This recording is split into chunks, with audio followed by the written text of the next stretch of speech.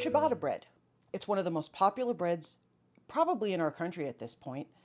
It makes great sandwiches. It's great for just tearing apart at the table and dipping. It makes amazing garlic bread. There's a lot of other things you can do with the dough. It's a very versatile dough. Great flavor. That's what we're making today on Bread Baking 105. Now this bread does require an overnight cold ferment. So you do have to plan in advance just a little, but all of the hard work takes place in the fridge. It's not something that you have a lot to do. So we're going to go ahead and get started. This is great bread, and I think you're going to love it. Let's do it. And here we are at Bread Baking 105. We're going to make a dough that's going to take us 2 days to make. Most of the time that is spent in the fridge doing a cold ferment. So very little hands-on time. So please don't worry. This stuff is incredible. And once you get used to planning ahead for making your doughs, you'll never look back because the flavor difference is remarkable. So here we've got our flour. We do everything by weight. So we've got our flour, olive oil, salt, and yeast. It doesn't get more simple than this, but wait till you see how it comes out. The final ingredient, of course, is water. Now, one of the things you have to keep in mind that this particular bread, ciabatta, and a lot of the doughs that we're going to work with going forward tend to be a little bit higher hydration. I'll explain what all that means, but in the end, what it really means is that it's going to give us a bigger crumb. The holes will be bigger, a wide open crumb. The higher hydration your dough, the bigger those beautiful holes are. The lower your hydration, the tighter your crumb.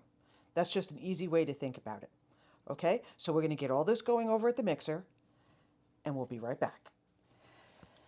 As I've told you before, I like working with water that's slightly warmer than you need, and I go into my stainless steel bowl with the water first. That stainless steel bowl is cold, so it's going to drop that temperature down to the perfect point. Add our yeast.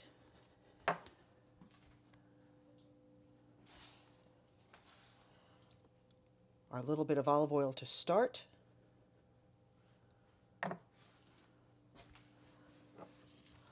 Always, always keep your salt away from your yeast. So the urge to drop your salt in here could get to you. Don't let it. It'll kill your yeast. I like to make sure that I've put a buffer between my salt and my yeast, so that's when I add my flour.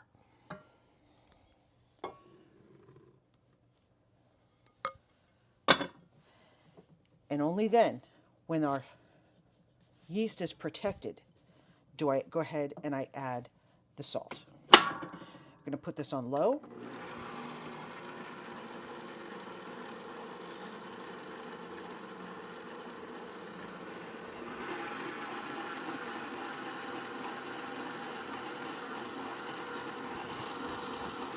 We're going to have this dough come together as a shaggy dough.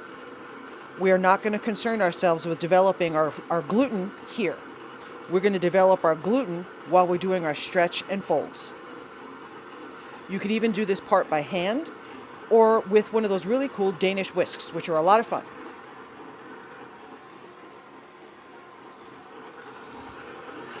Crank this up just for a quick second.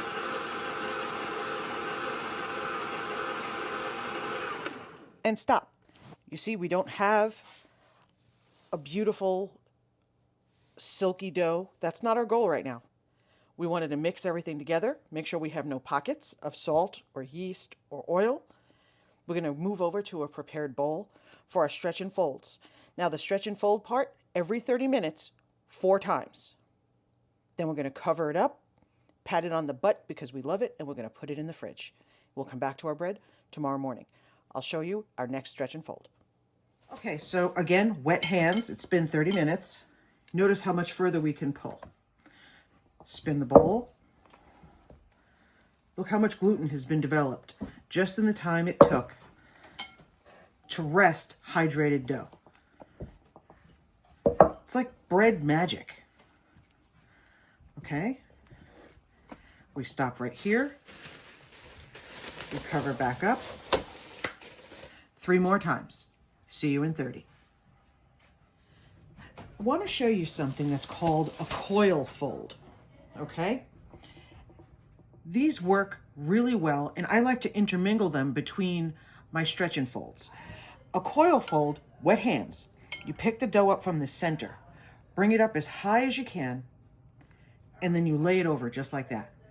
And it essentially coils.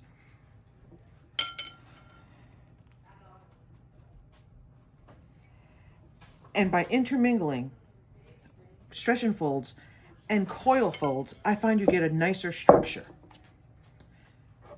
Okie dokie. So I just wanted to show you the difference between a stretch and fold and a coil fold. It's important to know both, and over the time of your baking, bread baking, you'll find that you're going to use them both. Okie dokie. See you in 30. And our final stretch and fold. Look at the difference in the stretchability. See? Look what we can do now. We didn't knead it. We didn't run it for a long time in a mixer. We allowed it to hydrate, and we did the stretch and fold, and we did one coil. Now, what's very important with this dough is we're going to do something called a cold ferment. Let me make sure I'm still on the screen here. Yes. We're going to do a cold ferment. And what that means is we're going to put this in the fridge covered for at least 12 hours. 12 to 16 hours is what you want. Why? Because what you're going to get in a cold ferment is such an increase in flavor that it cannot be replicated by rushing the dough by keeping it at room temperature.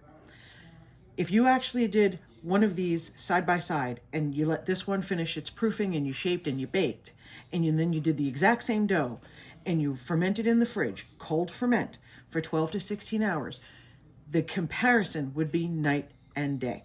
Not only is the flavor much more delicious, but the texture is incredible. So nice and covered. Make sure it's sealed so that we don't have any air getting through, because we don't want any crusty bits. If by chance that happens, you have to cut them off. There is no rehydrating it if it dries out. We're going to put this in the fridge, and we're going to pick this up tomorrow. And we're going to do our final shaping, and then we're going to bake and have great ciabatta bread. Good night, everybody. Sweet dreams.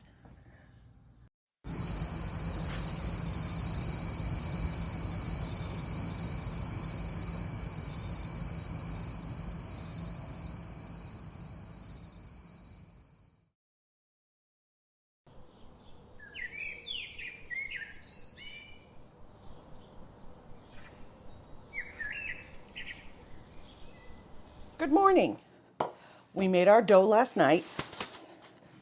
Look how pretty she is. Now we're just going to shape it. Now the beauty of ciabatta dough is it does not require a lot of hand holding in its shaping. In fact, the less you do, the better. What you want to make sure you do is really do a heavy coat of flour on your board. A high hydration dough does require that extra flour on the board because it's super, super sticky. And what we don't want to do is knock the air out that we spent the whole night taking in. So very gently, very, very gently, we just want to release the dough. See those bubbles? We do not want to knock the air out. This dough, it looks like it would be kind of heavy because it's on the larger side. It weighs nothing. I mean, it feels like a cloud. So what you want to do is dust it. I mean, really, because we're not going to be rolling it or anything like that. So we do not have to worry that the flour is going to get absorbed. We are not going to be folding or any of that stuff. We're literally going to be cutting. And then we're going to lay our dough out on our prepared baking sheet, which is just a sheet pan. The oven is set to 475 degrees. This bread bakes at a very high temperature. Now, keeping your fingers well floured, we're very gently going to make a rectangle or square, whatever it wants to do. You have a choice here. You can make 2 loaves by just simply cutting the bread in half and then just easing them forward with your fingertips. Or you can cut it into 4 and make 4 ciabatta rolls, which is the perfect amount for making sandwiches or something like that. Today, I'm going to make 2 loaves because that's what I happen to need for dinner. Okay, so we're just going to lay this out. Now this, if you could feel this, the bubbles are beautiful, and you can see all of the high spots and all that stuff, and I very gently jiggle it with my fingers. Look at that bubble. Okay? Now,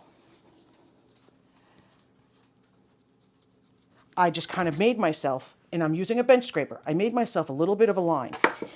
Now because this dough is so sticky, I'm actually going to drop flour on that line so that as I put my bench knife through, which is what this is called, it's going to drag some of that flour through with it and help me not break bubbles as I pass through.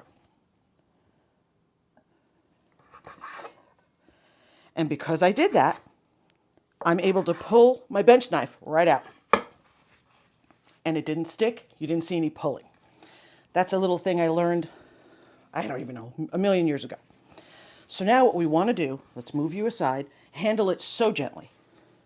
We bring it in and then we pull it open with our fingers, so gently. I know I just keep saying that, but I need to be very, very clear. This is our spot where we just cut. And you see it's not sticking because of that cute little thing we did. And we just keep moving that flour around. The flour, whatever flour is not stuck will not stick, so you don't need to worry about it. It'll knock right off. So now we do the same with our other half. Now, if you wanted to just make sandwich rolls, you would cut these in half. If you wanted to make cute little ciabatta dinner rolls, you'd cut each half in 4. So it's very, very flexible. And those are cute when you're serving at the dinner table with a little bit of olive oil and you put some crushed red pepper flakes, flake salt, black pepper, and oregano. And then people can rip apart their bread and dip it in there. It's so good. The simplest things are always the best. Okay, so now we're going to bring over our prepared sheet pan. Now, the way I like to move this is I take my fingers that are very floury and I slide them under. Now, you see, I push the dough all together like that so it picks up as a package. Why? I don't want it to drape. What you don't want is for the dough from one hand to the other to be a big U in the middle. That will break your air bubbles. So I squish it together like this, and then I pull apart like that. It always works. And because there's so much flour, it doesn't stick. Do the same thing. Underneath, we make like a little accordion. Come over and pull it out.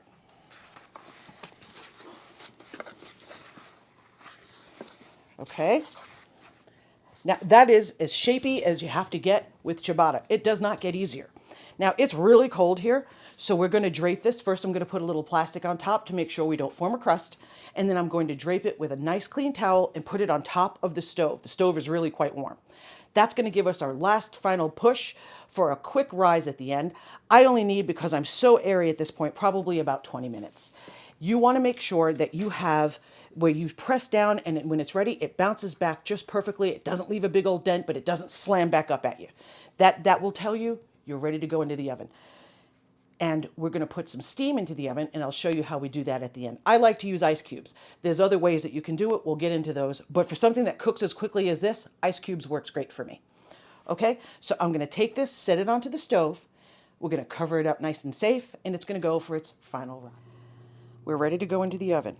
Now right here, I had a huge bubble, and I popped it because if you don't pop it, it gets really hard and crusty, and it's just not as nice. So I'd rather pop it now than have it be really hard and then fall open after the bake. Okay, so that's one thing. Look at this dough. That's perfect. Comes back nice and slow. Now here I have some ice cubes. I am going to set my tray of bread on the center rack, and I'm going to take my ice cubes and throw them to the bottom of the oven. Now you have to have the type of bottom of the oven that is sealed. Mine is sealed. This is an electric range. If you have a gas range and you've got a pilot light down there, you have to put a pan in there and be able to put your ice into a preheated pan. Okay, so this is going to bake probably for about 30 minutes. I'm going to keep an eye on it because this is a new oven and I'm still learning her. So, but this should bake in the neighborhood of 30 minutes. I'll show you what she looks like when she comes out. I don't know why she's female. I guess she told me so. And see you in just a little bit. When you've got bread in the oven, it's important to already have your rack ready to go. Why? Because you do not want to leave your bread still on the baking sheet. Number one, it's very, very hot and it could continue the baking, which you don't want. And number two, as it cools, it will sweat if it cannot get any air underneath. It'll have condensation and that'll ruin your bottom crust. So you want to move over to a nice rack as soon as possible. Okay, so we just take our thermometer and we stick it in sideways. We don't go this way because the odds of you hitting the pan and getting a reading from the pan are too high. So you want to go sideways. Now, this bread is crazy hot. It's got a little tip at the end, and this is obviously the wider end because it's not a really well-shaped dough. Ciabatta never is. Ciabatta actually means slipper in Italian. So we're going to take it. We're going to crack. Listen to the crack of the crust, though. And we are at 203. And my timer just went off. Stop. There we go. Okay. So we know the bread is baked. It's obviously baked. But what we're going to do is take it right off of our sheet pan. Set that right there. And we're going to make sure that we have some space in between. Now listen to this.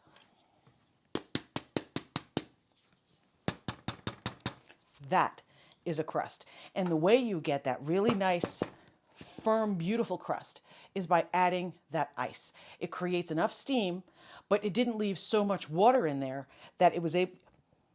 Let me correct myself. I burned my finger. The way to assure you get a crust that's this fabulous is by having steam. Now you can put a tray in the oven that's been preheating and then you add water to it and it creates a beautiful steam, and that's what we get. That's where you get that beautiful crust.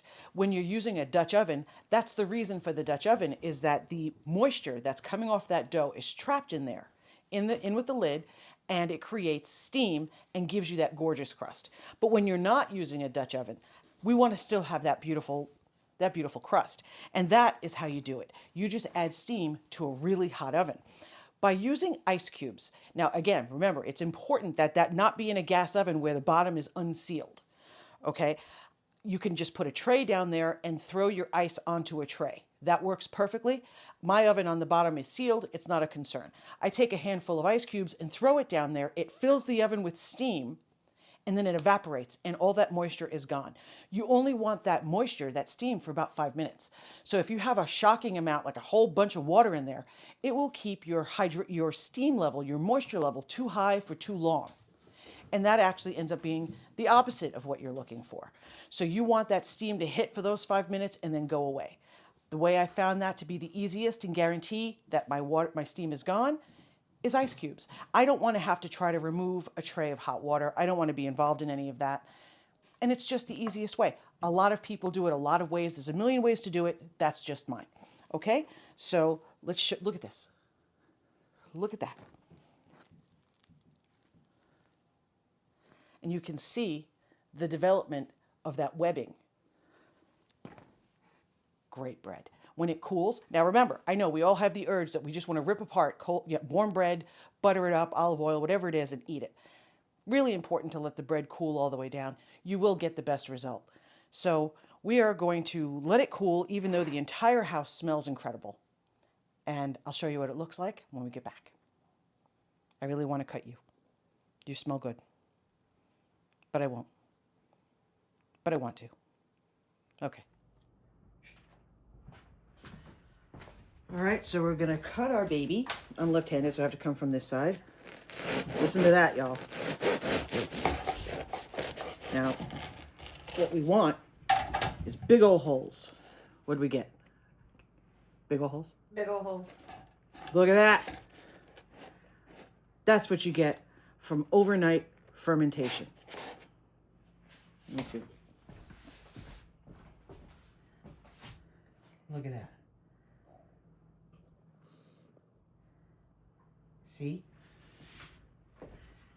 And now, just to make sure, It tastes good. My daughter's standing here. All right, you take a bite. I'll take a bite. Wait, cheers. All right, cheers. All right, there's no oil or anything on here. Tell the truth. The people want to know. Oh my God, that's that's so good. delicious. That's good. I love living here with you, man. That's good. That's amazing. Holy hell, that's good. That's amazing. Stop the video. We sound disgusting. Love you guys.